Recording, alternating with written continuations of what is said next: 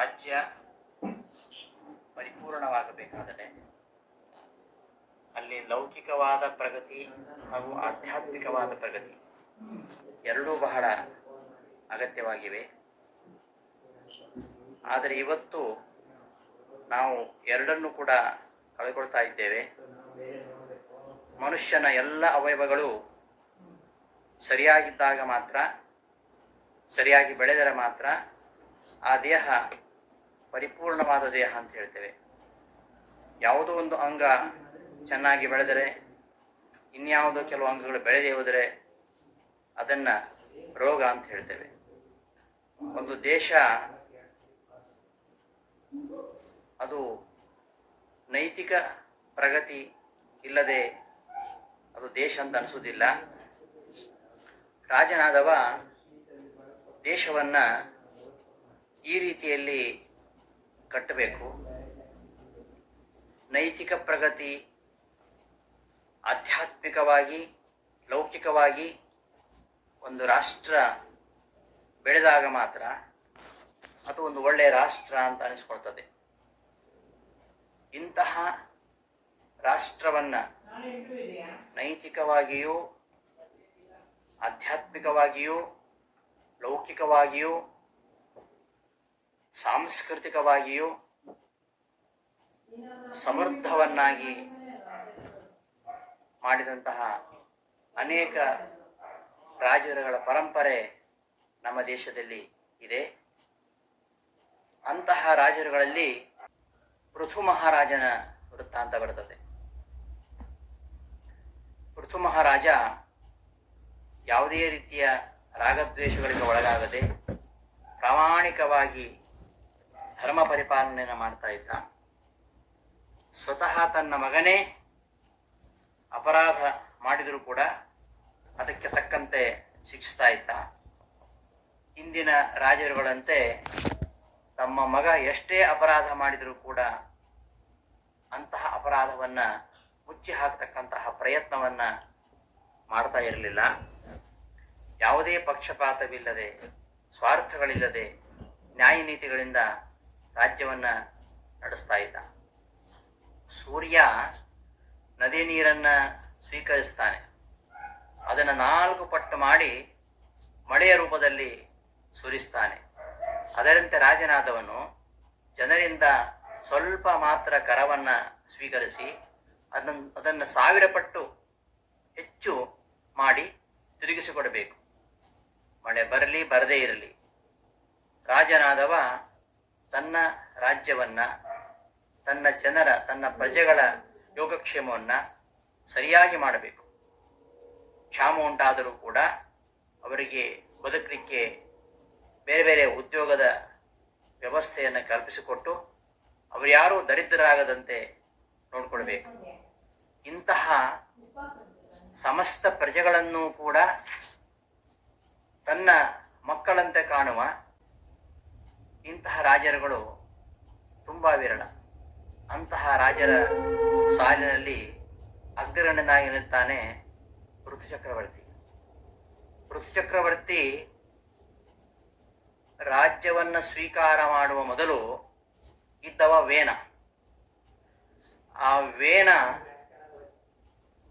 ತುಂಬ ದುಷ್ಟ. ಅವನ ದುಷ್ಟತನ, ದುರಾಚಾರ, ಅತ್ಯಾಚಾರಗಳಿಂದ ಭೂಮಿ ಬಂಜರವಾಗಿ ಹೋಗಿತ್ತು. ಜನರ್ಯಾರೂ ಕೃಷಿ ಮಾಡದೆ ನಿರುದ್ಯೋಗಿಗಳಾಗಿ ಬಿಟ್ಟಿದ್ರು. ಎಲ್ಲ ಕಡೆ ಅಜ್ಞಾನಿಗಳಿಗೆ ತುಂಬಿಕೊಂಡು ಬಿಟ್ಟಿದ್ದಾರೆ. ನೀತಿ ಮೌಲ್ಯಗಳಂತೂ ಇಲ್ಲವೇ ಇರಲಿಲ್ಲ. ಯಾರಾದರೂ ರಾಜನ ಬಳಿ ತಮ್ಮ ತಾಪತ್ರಯಗಳನ್ನು ಭಿನ್ನಯಿಸಿಕೊಂಡ್ರೆ ಅವರ ಒಂದು ಕಷ್ಟಕ್ಕೆ ಅವನು ಯಾವತ್ತೂ ಕರಗ್ತಿರಲಿಲ್ಲ. ಅಂತಹ ಒಬ್ಬ ದುಷ್ಟ ವೇನ ರಾಜ. ಅವನ ಒಂದು ಅತ್ಯಾಚಾರದಿಂದ ಭೂಮಿ ಬಂಜರಾಗಿ ಹೋಗಿತ್ತು. ಅಂತಹ ದೇಶದಲ್ಲಿ ಕೃಷಿ ವ್ಯವಸ್ಥೆ, ಔಷಧಿಗಳ ಆವಿಷ್ಕಾರ, ಧರ್ಮ ಪ್ರಚಾರ, ನಾಗರಿಕತೆ ಇವುಗಳಿಗೆಲ್ಲ ಆದ್ಯ ಪ್ರವರ್ತಕನಾಗಿ ಪೃಥು ಚಕ್ರವರ್ತಿ ನಮಗೆ ಇತಿಹಾಸದಲ್ಲಿ ಕಾಣಿಸ್ಕೊಳ್ತಾನೆ. ತನ್ನ ಪ್ರಜೆಗಳಿಗೆ ನಿಮ್ಮ ನಿಮ್ಮ ಕರ್ತವ್ಯವನ್ನು ನೀವು ಮಾಡಿಕೊಂಡಿರಿ. ಪ್ರತಿಯೊಬ್ಬರೂ ತಮ್ಮ ತಮ್ಮ ಕರ್ತವ್ಯಗಳನ್ನು ಮಾಡುವುದೇ ಅದುವೇ ಧರ್ಮ, ಅದೇ ಭಗವಂತನ ಪೂಜೆ. ಯಹ ಸ್ವಧರ್ಮೇಣ ಮಾಂ ನಿತ್ಯಂ ನಿರಾಶೀ ಶ್ರದ್ಧಯಾನ್ವಿತಃ ಭಜತೆ ಶನಕೈಸ್ತಸ್ಯ ಮನೋರಾಜನ್ ಪ್ರಸೀದತಿ ಅಂತ ಭಗವಂತ ಏನು ಉಪದೇಶ ಮಾಡಿದ್ದಾನೆ, ಅದನ್ನು ಜೀವನದಲ್ಲಿ ರೂಢಿಸ್ಕೊಳ್ಬೇಕು. ಜೀವನದಲ್ಲಿ ಹಣ ಸಂಪಾದನೆ ಮುಖ್ಯ ಅಲ್ಲ, ಕೇವಲ ಹಣ ಸಂಪಾದನೆ ಒಂದನ್ನೇ ಮುಖ್ಯ ಗುರಿಯನ್ನಾಗಿಟ್ಟುಕೊಂಡು ಅನ್ಯಾಯ ಮಾರ್ಗಗಳನ್ನು ಅನುಸರಿಸಿ ನಾವು ದಾರಿ ತಪ್ತಾ ಇದ್ದೇವೆ. ಹಾಗಾಗಿ ಆ ರೀತಿಯಲ್ಲಿ ಮಾಡದೆ ನಮ್ಮ ಕರ್ತವ್ಯವನ್ನು ಭಗವಂತನ ಪೂಜೆ ಎಂದು ಅರಿತು ಮಾಡಿದಾಗ ಯಾವುದೇ ಅನ್ಯಾಯಕ್ಕೆ ಅವಕಾಶ ಇಲ್ಲ. ಆ ರೀತಿಯಲ್ಲಿ ಪ್ರಜೆಗಳಿಗೆ ಬೋಧನೆ ಮಾಡ್ತಾ ಬಹಳ ನಿಸ್ವಾರ್ಥವಾಗಿ ಕರ್ತವ್ಯ ಭಾವನೆಯಿಂದ ಅವ ರಾಜ್ಯಪಾಲನೆ ಮಾಡ್ತಾ ಇದ್ದ. ತಾಯಿಯಾದವಳು ಮಕ್ಕಳಿಗೆ ಅಡಿಗೆ ಸಿದ್ಧಪಡಿಸ್ತಾಳೆ. ಹಾಗೆ ಒಬ್ಬ ಅನ್ನದ ವ್ಯಾಪಾರಿಯೂ ಕೂಡ ಅಡಿಗೆಯನ್ನು ಸಿದ್ಧಪಡಿಸ್ತಾನೆ. ಈ ಎರಡು ಅಡಿಗೆಯಲ್ಲಿಯೂ ಒಂದು ವ್ಯತ್ಯಾಸ ಇದೆ. ತಾಯಿಯಾದವಳು ತನ್ನ ಮಗುವಿನ ಆರೋಗ್ಯಕ್ಕೆ ಹಾನಿಯಾಗದ ರೀತಿಯಲ್ಲಿ ಶುದ್ಧವಾದ ಪದಾರ್ಥಗಳನ್ನು ಬಳಸಿಕೊಂಡು ಪ್ರೀತಿಯಿಂದ ಅಡಿಗೆ ಮಾಡಿ ಬಡಿಸ್ತಾಳೆ. ಆದರೆ ಅನ್ನ ಮಾರತಕ್ಕಂತಹ ವ್ಯಾಪಾರಿ ಅವನು ಅಶುಚಿಯಾಗಿರತಕ್ಕಂತಹ, ಆರೋಗ್ಯಕ್ಕೆ ಹಾನಿಯನ್ನುಂಟು ಮಾಡತಕ್ಕಂತಹ ಪದಾರ್ಥಗಳಿಂದ ಅವ ಪಾಕ ತಯಾರು ಮಾಡ್ತಾನೆ. ಇನ್ನೂ ಅದರಲ್ಲಿ ದೋಷಗಳು ಇರ್ಬೋದು, ಆದರೆ ತಾಯಿ ಸಿದ್ಧಪಡಿಸತಕ್ಕಂತಹ ಆಹಾರದಲ್ಲಿ ಅದ್ಯಾವುದೂ ಇರುವುದಿಲ್ಲ. ಬರೀ ತನ್ನ ಕರ್ತವ್ಯ ಎಂಬ ಪ್ರಜ್ಞೆಯಿಂದ ಅವಳು ಹೇಗೆ ಆ ಪಾಕವನ್ನು ಸಿದ್ಧಪಡಿಸ್ತಾಳೆ, ಆ ಅಡಿಗೆಗೂ ಒಬ್ಬ ಸ್ವಾರ್ಥಿಯಾಗಿ ಧನದಾಸೆಯಿಂದ ವ್ಯಾಪಾರ ಮಾಡತಕ್ಕಂತಹ, ಅನ್ನವನ್ನು ವ್ಯಾಪಾರ ಮಾಡತಕ್ಕಂತಹ ಆ ವ್ಯಾಪಾರಿ ಅಡಿಗೆ, ಈ ಎರಡು ಅಡಿಗೆಗಳಲ್ಲಿ ಎಷ್ಟು ವ್ಯತ್ಯಾಸ ಇದೆ ನೋಡಿ. ಒಂದು ಕಡೆ ಕರ್ತವ್ಯ ಪ್ರಜ್ಞೆ, ಇನ್ನೊಂದು ಕಡೆ ಸ್ವಾರ್ಥ. ಹೀಗೆ ನಾವು ಯಾವುದೇ ಕೆಲಸವನ್ನು ಮಾಡಬೇಕಾದರೂ ಕೂಡ ಸ್ವಾರ್ಥವಿಲ್ಲದೆ ಕರ್ತವ್ಯ ಪ್ರಜ್ಞೆಯಿಂದ ಮಾಡಬೇಕು ಎಂಬುದನ್ನು ತೋರಿಸಿಕೊಟ್ಟವನು ಪೃಥು ಚಕ್ರವರ್ತಿ. ಅವ ಎಲ್ಲರಿಗೂ ಒಬ್ಬ ಆದರ್ಶ ರಾಜನಾಗಿದ್ದ. ತನ್ನ ರಾಜ್ಯದಲ್ಲಿ ಆಧ್ಯಾತ್ಮಿಕವಾದ, ಲೌಕಿಕವಾಗಿರತಕ್ಕಂತಹ ಪ್ರಗತಿಯನ್ನು ಉಂಟು ಮಾಡಬೇಕು ಅಂತ ತುಂಬ ಶ್ರಮಿಸಿದವ. ಅದಕ್ಕಾಗಿ ತನ್ನ ದೇಹವನ್ನು ತುಂಬ ದಂಡಿಸಿದವ. ರಾಜನಾದವ ತನ್ನ ಪ್ರಜೆಗಳಿಂದ ಕಂದಾಯ ವಸೂಲಿಯನ್ನು ಮಾಡಬೇಕು, ಮಾಡಿ ಪ್ರಜೆಗಳ ಸರ್ವತೋಮುಖವಾಗಿರತಕ್ಕಂತಹ ಅಭಿವೃದ್ಧಿಗೆ ಅವನು ಕಾರಣನಾಗಬೇಕು. ಇಲ್ಲದೆ ಹೋದರೆ ಅವನೊಬ್ಬ ಅಪರಾಧಿ ಆಗ್ತಾನೆ ಅಂತ ಭಾವಿಸಿದವನು ಪೃಥು ಚಕ್ರವರ್ತಿ. ಪೃಥು ಚಕ್ರವರ್ತಿಯ ಈ ಒಂದು ರಾಜ್ಯಾಡಳಿತ, ಅವನೇನು ತನ್ನ ದೇಶವನ್ನು ಸಂಪೂರ್ಣ ಬೇರಿನಿಂದಾಗಿ ಬರಡಾಗಿರ್ತಕ್ಕಂತಹ ತನ್ನ ದೇಶವನ್ನು ಸಮೃದ್ಧಗೊಳಿಸಿದನಲ್ಲ, ತನ್ನ ಪ್ರಜೆಗಳನ್ನು ಅತ್ಯಂತ ಸುಖವಾಗಿ ಇಟ್ಟಿದ್ನಲ್ಲ. ಹಾಗಾಗಿ ಅವರೆಲ್ಲ ತಮ್ಮ ರಾಜನಿಗೆ ಧನ್ಯವಾದವನ್ನು ಸಮರ್ಪಿಸಬೇಕು, ಅಭಿನಂದನೆ ಹೇಳಬೇಕು ಅಂತ ಬಂದರೆ ಒಂದು ಮಾತನ್ನು ಹೇಳ್ತಾನೆ ಪೃಥುರಾಜ. ಅಹೋ ಮಮಾಮಿ ವಿತರತ್ತಿ ಅನುಗ್ರಹಂ ಹರಿಂ ಗುರುಂ ಯಜ್ಞ ಭುಜಾಂ ಅಧೀಶ್ವರಂ ಸ್ವಧರ್ಮಯೋಗೇನ ಯಜಂತಿ ಮಾಮಕಾಹ ನಿರಂತರಂ ಕ್ಷೋಣಿತಲೇ ದೃಢವ್ರತಾಹ. ಹೇ ಪ್ರಜೆಗಳೇ, ನೀವೆಲ್ಲ ಭಗವಂತನನ್ನು ಪೂಜಿಸ್ತಾ ಇದ್ದೀರಿ, ಗುರುಗಳನ್ನು ನಿರಂತರ ಪೂಜಿಸ್ತಾ ಇದ್ದೀರಿ, ನೀವು ನಿಮ್ಮ ಧರ್ಮದಲ್ಲಿ ನಿರತರಾಗಿದ್ದೀರಿ. ಅದರ ಬಲದಿಂದ ನಾನು ಉಪಕೃತನಾಗಿ ನಿಮಗೆ ಒಳ್ಳೆಯ ಆಡಳಿತವನ್ನು ಕೊಟ್ಟಿರಬಹುದು.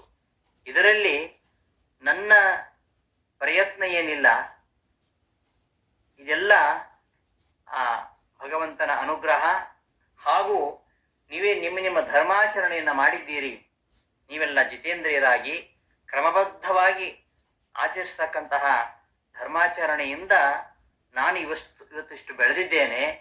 ಆದ್ದರಿಂದ ಈ ರಾಜ್ಯ ಚೆನ್ನಾಗಿರಬೇಕು, ನಾನು ಚೆನ್ನಾಗಿರಬೇಕು ಅಂತಾದರೆ ನೀವೆಲ್ಲ ಇನ್ನು ಮುಂದೆಯೂ ಕೂಡ ಇದೇ ರೀತಿಯಲ್ಲಿ ಧರ್ಮಾಚರಣೆಯನ್ನು ಮಾಡಿ ಹಾಗೂ ಆ ಹರಿಯನ್ನು, ಗುರುಗಳನ್ನು ನಿರಂತರವಾಗಿ ಪೂಜಿಸ್ತಾ ಇರಿ ಅಂತ ಹೇಳೋ ಮೂಲಕವಾಗಿ ಎಷ್ಟು ಸರಳತೆಯಿಂದ ಮೆರಿತಾನೆ ಪೃಥು ಚಕ್ರವರ್ತಿ.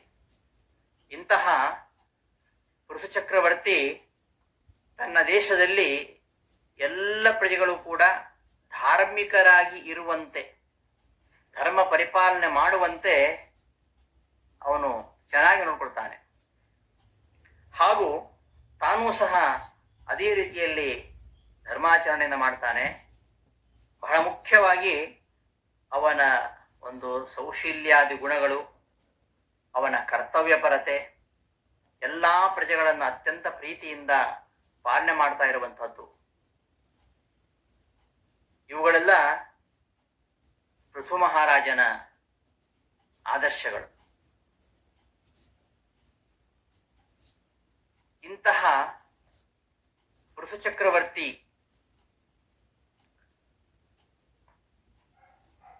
ಇಷ್ಟೆಲ್ಲ ತಾನು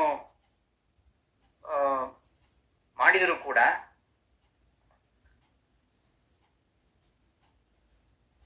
ಪ್ರಾಮಾಣಿಕವಾಗಿ ರಾಜ್ಯ ರಕ್ಷಣೆ ಮಾಡಿದರೂ ಕೂಡ ತಾನು ಯಾವತ್ತೂ ಕೂಡ ಬೀಗಲಿಲ್ಲ, ಅಹಂಕಾರ ಪಡಲಿಲ್ಲ. ಮತ್ತೆ ಅಷ್ಟು ಸಂಪತ್ತು ಗಳಿಸಿದ್ರು ಕೂಡ ತಾನು ಯಾವತ್ತೂ ಆ ರಾಜ್ಯ ಸಂಪತ್ತಿಗೆ ಒಬ್ಬ ಟ್ರಸ್ಟಿ ಹೊರತು ಅದರ ಮಾಲೀಕ ಅಂತ ಯಾವತ್ತೂ ಭಾವಿಸಲಿಲ್ಲ. ಈ ರೀತಿಯಲ್ಲಿ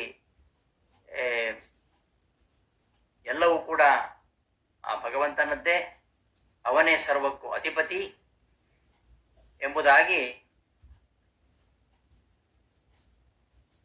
ಜೀವನ ಮಾಡಿದವನು.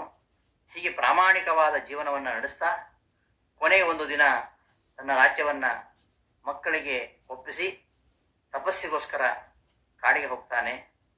ಹೀಗೆ ಪೃಥು ಚಕ್ರವರ್ತಿಯ ಕಥೆ ತುಂಬ ವಿಶಾಲವಾಗಿ ಭಾಗವತದಲ್ಲಿ ನಿರೂಪಿತವಾಗಿದೆ. ಅದರ ಒಂದು ಮುಖ ಮಾತ್ರ, ಒಂದು ಸ್ಥೂಲ ಪರಿಚಯವನ್ನು ಮಾತ್ರ ನಾನು ನಮ್ಮ ಮುಂದೆ ಇಟ್ಟಿದ್ದೇನೆ. ಇಂತಹ ಅನೇಕ ಆದರ್ಶ ರಾಜರುಗಳು ನಮ್ಮ ಭಾರತ ಪುಣ್ಯಭೂಮಿಯ ಆದರ್ಶ ರಾಜರಾಗಿದ್ದಾರೆ. ಇಂಥವರ ಒಂದು ಆದರ್ಶ ಇಂದಿನ ಆಳುವವರಿಗೆ ಮಾದರಿಯಾಗಲಿ ಅಂತ ಹೇಳ್ತಾ ಈ ಒಂದು ಉಪನ್ಯಾಸವನ್ನು ಕೊನೆಗೊಳಿಸ್ತಾ ಇದ್ದೇನೆ. ನಿಮಗೆಲ್ಲ ಧನ್ಯವಾದಗಳು.